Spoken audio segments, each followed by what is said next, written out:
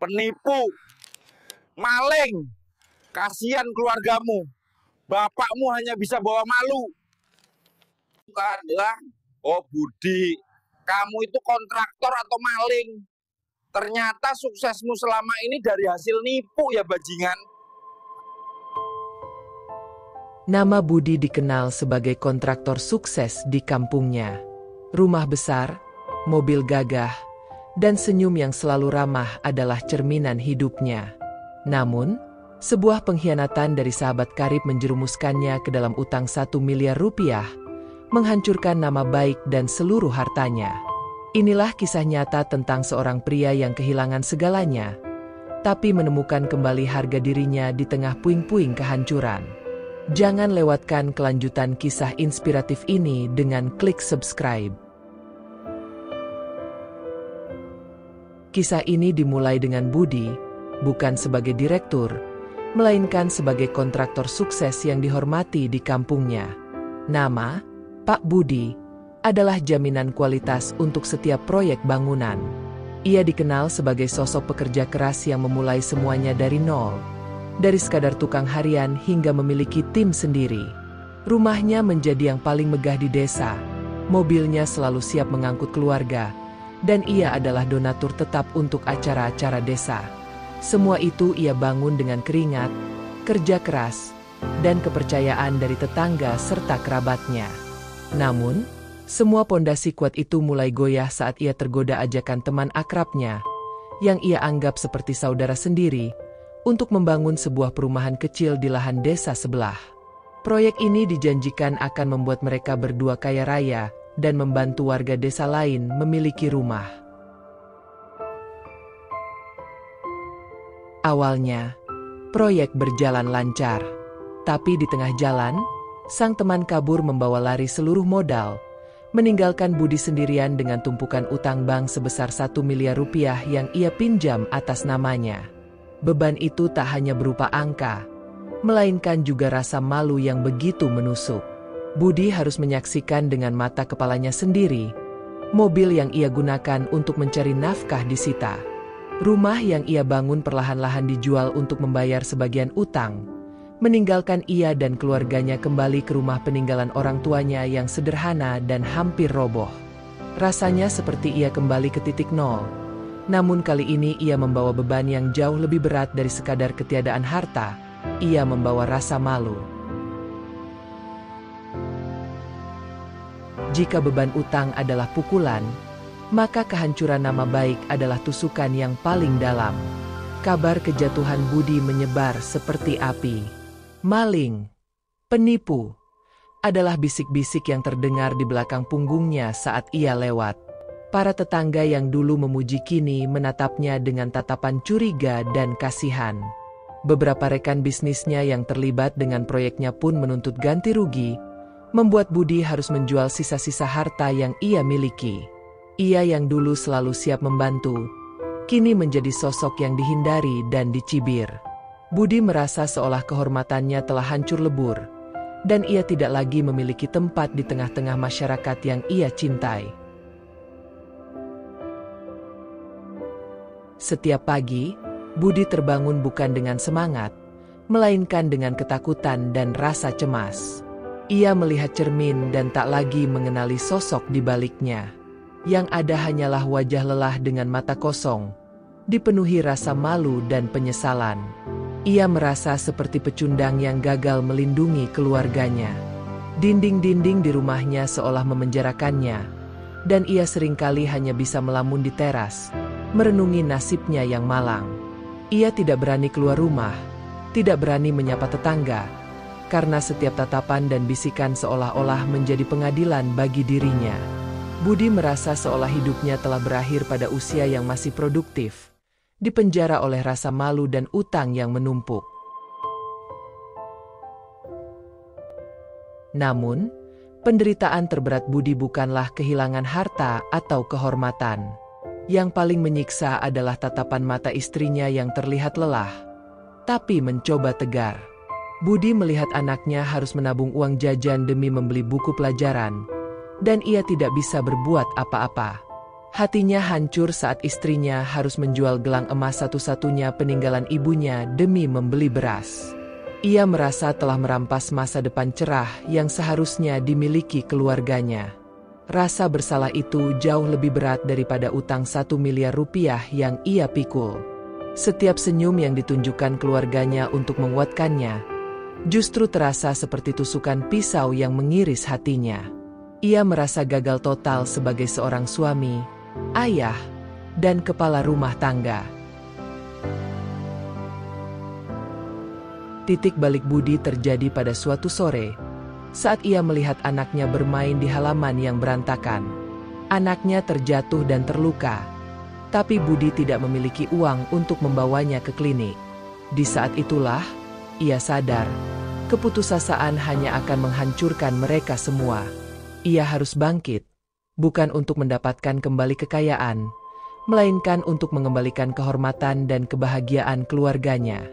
Ia sadar, air mata dan rasa malu tidak akan pernah bisa membayar utang.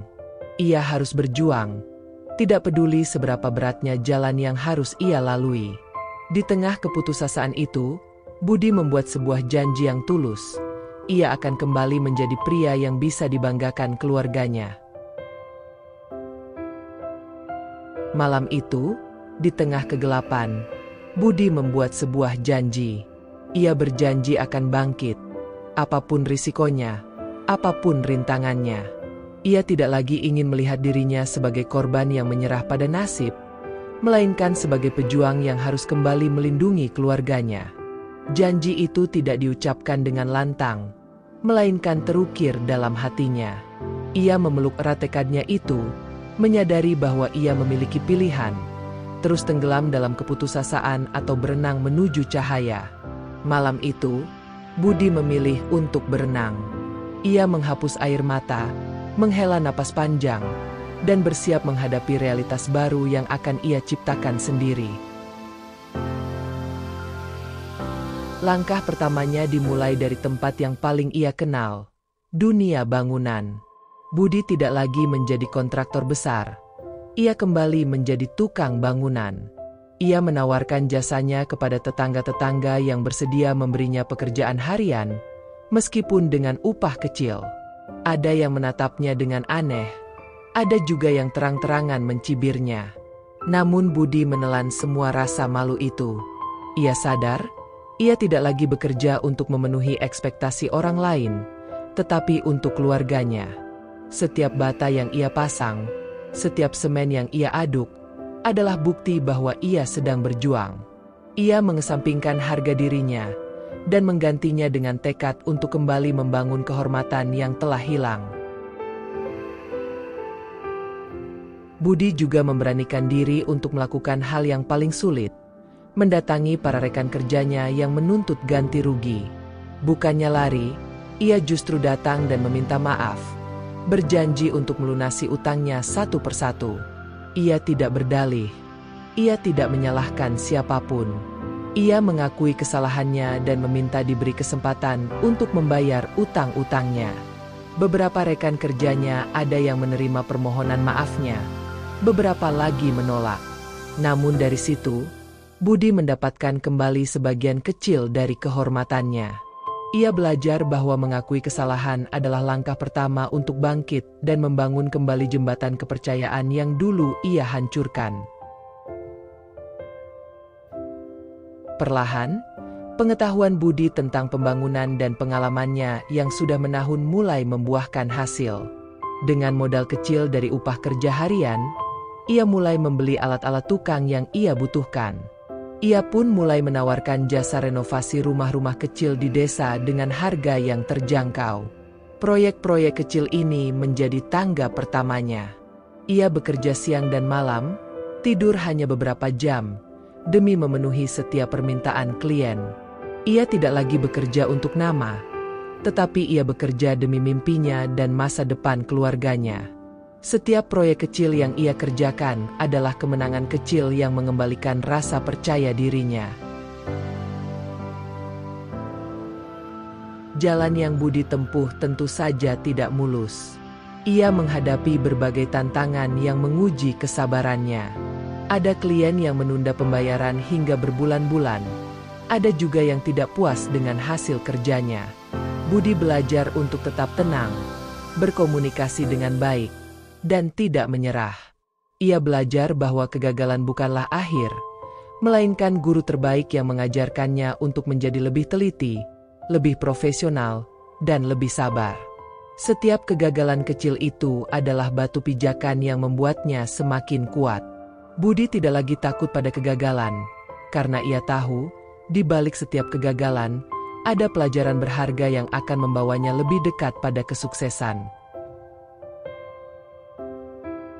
Setelah 3 tahun berjuang dengan keringat dan air mata, Budi berhasil mengumpulkan modal yang cukup untuk mendirikan sebuah usaha kecil di bidang renovasi. Ia tidak lagi bekerja sendirian. Ia merekrut beberapa teman lama yang juga sedang mencari jalan untuk bangkit. Orang-orang yang melihat tekadnya dan percaya pada visinya. Mereka bekerja di sebuah ruangan kecil yang disewa Budi, dengan semangat yang besar. Dari usaha kecil inilah, Budi mulai membangun kerajaan barunya. Ia menerapkan semua pelajaran yang ia dapatkan dari kegagalan masa lalu dan pengetahuan baru yang ia miliki. Ia tidak hanya menjadi pemimpin, tetapi juga mentor bagi timnya, menginspirasi mereka untuk bangkit dari keterpurukan. Titik baliknya datang saat usahanya berhasil memenangkan tender renovasi bangunan besar di kota. Kepercayaan itu adalah bukti nyata bahwa Budi telah bangkit, tidak hanya secara finansial, tetapi juga secara profesional. Dengan pendapatan yang stabil, ia mulai membayar utang-utangnya satu persatu. Momen di mana ia melunasi cicilan terakhir utangnya adalah momen paling mengharukan dalam hidupnya. Ia duduk di ruang tamu sederhana orang tuanya, menatap surat lunas utang di tangannya, dan merasakan beban yang berat itu terangkat dari pundaknya. Ia tidak hanya membebaskan dirinya, tetapi juga membebaskan keluarganya dari belenggu masa lalu yang gelap. Hari ini, Budi adalah sosok yang sama sekali berbeda dari pria yang dulu jatuh. Ia tidak hanya berhasil secara finansial, tetapi juga menjadi pria yang lebih bijaksana, rendah hati, dan penuh empati. Ia tidak lagi mendefinisikan kesuksesan dari harta benda, melainkan dari ketenangan batin, kebahagiaan keluarga, dan kemampuan untuk membantu orang lain. Ia tidak lagi bekerja untuk menjadi yang paling kaya, tetapi untuk menjadi yang paling terpercaya. Ia telah menemukan kembali kehormatannya di mata masyarakat dan keluarganya. Beban utang 1 miliar rupiah yang dulu menghancurkan karirnya, justru menjadi pelajaran paling berharga dalam hidupnya. Kisahnya membuktikan bahwa kehancuran bukanlah akhir, melainkan awal dari sebuah kebangkitan yang paling epik. Ia adalah contoh nyata bahwa kehormatan dan nama baik tidak bisa dibeli dengan uang, melainkan dibangun kembali dengan ketekunan, kejujuran, dan tekad yang kuat. Ia adalah pahlawan sejati di mata keluarganya dan inspirasi bagi banyak orang di sekitarnya. Kisah Pak Budi adalah satu dari sekian banyak cerita luar biasa yang ada di sekitar kita. Kami percaya, setiap orang punya kisah kebangkitan yang bisa menginspirasi. Jangan biarkan semangat Anda padam. Klik tombol subscribe sekarang juga. Setiap minggu, kami akan mengirimkan kisah-kisah penuh motivasi seperti Pak Budi langsung ke hadapan Anda. Jadilah bagian dari komunitas yang terus saling menguatkan, menemukan harapan, dan bangkit dari segala kesulitan.